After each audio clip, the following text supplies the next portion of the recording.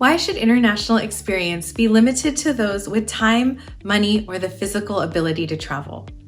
Through virtual study abroad, we are democratizing access to international experience and eliminating the opportunity cost involved in becoming a global citizen. Now, through the comfort of your own home, you can travel to any number of amazing destinations. My name is Miloni Gandhi, and this project highlights hard-to-reach destinations and showcases experiences through video, sound, and food, such as a kava ceremony in Fiji, or a walk through the Valle de Mai where the coco de mer fruit can be found, or a visit to a turtle sanctuary in the Seychelles.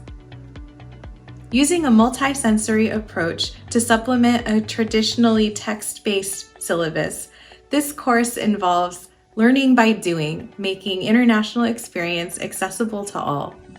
Join me on a multi-sensory global adventure. Do you know which South American country has the highest population of people of African descent in the Atlantic world? Do you know the revolutionary who was once called the Black George Washington? Did you know that when you used to go out dancing before the pandemic, that most likely your dance moves had origins extending all the way back to Africa? Hi, I'm Alex White. My project, Black Atlantic Explorations, will address all of the above questions and go deeper into the impact and legacy of the African presence in the Atlantic world. My EPIC project amplifies epistemological, historical, spiritual, cultural, and political silences. Silences reinforced by a modern Western society still grappling with how to reconcile the tragic legacy of colonialism and slavery alongside the noble yearnings of democracy and freedom. Please consider joining me as we traverse time and space at the EPIC Symposium. I hope to see you there. Hello, my name is Lauren Blanchard. Among my students, education is often viewed in one of two ways: idealistically, by those who want to better understand the world they see and experience, or practically, by those looking to acquire a degree that will help to ensure that they can live a life with adequate resources. I am hoping the course package that I have created during the EPIC Fellowship, Politics of Migration and Citizenship, which will address both internal and international movements of peoples, will serve both visions. This is a topic that greatly impacts Monterey County, where I teach, and where nearly 30% of residents were born beyond US borders, and also most other communities in our globalized world. This course will be paired with a 4 to 6 week placement by Monterey Peninsula College's Cooperative Work Experience program, so that students will get a full sense of the advocacy and services available to immigrants in our communities and have the chance to participate in an internship opportunity, which is an experience still out of reach for far too many community college students. Ideally, coupling classroom learning with practical action will work to facilitate movements across differences of experience, geography, and political opinion. If you're interested in learning more, I hope you'll attend my presentation. Everyone, I'm Chris McBride, and my EPIC Fellowship project utilizes film for exploration of global culture in humanities classes. Think about the world of the typical college student today.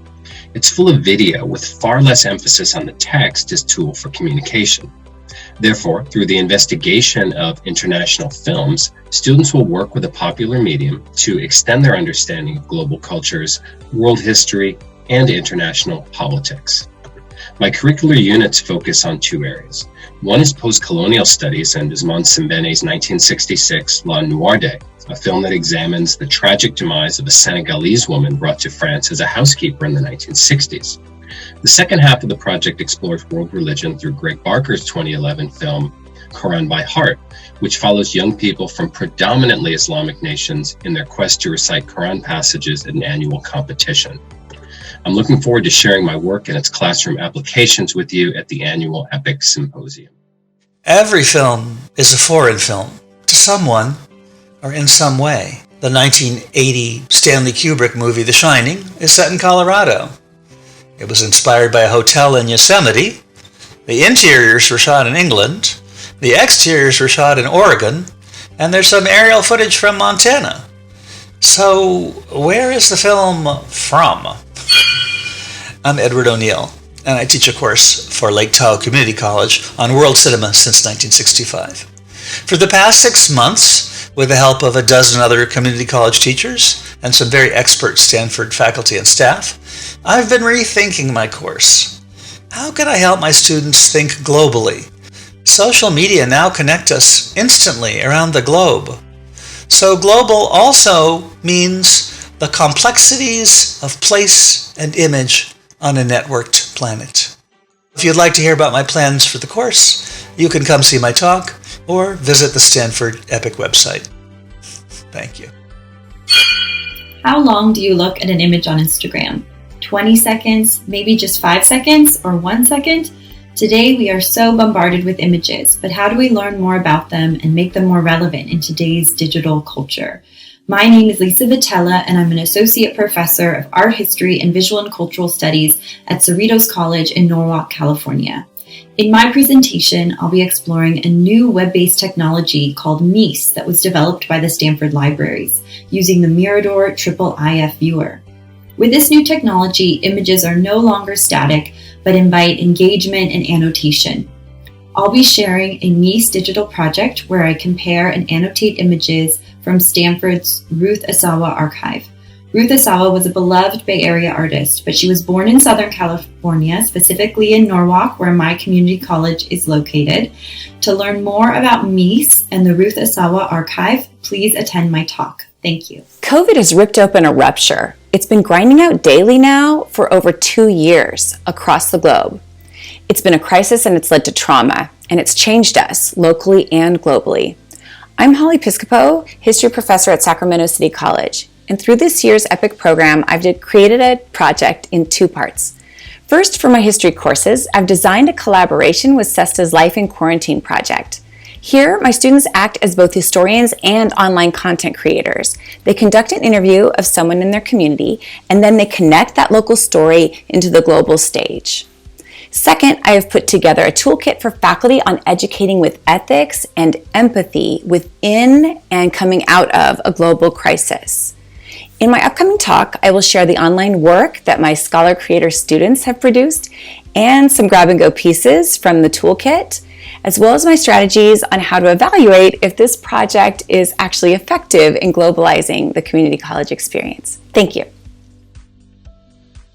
Bronze Age, Stone Age, this will be remembered as the Twitter age. More than half the world uses social media, and the Pew Institute explains 7 out of 10 Twitter users obtain their news from the platform.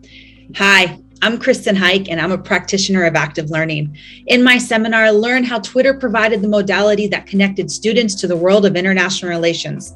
Social media is increasingly used as a means for communication between states, diplomats, and political leaders. There's an ever more reliance on this platform to be able to share opinions, to be able to provide support.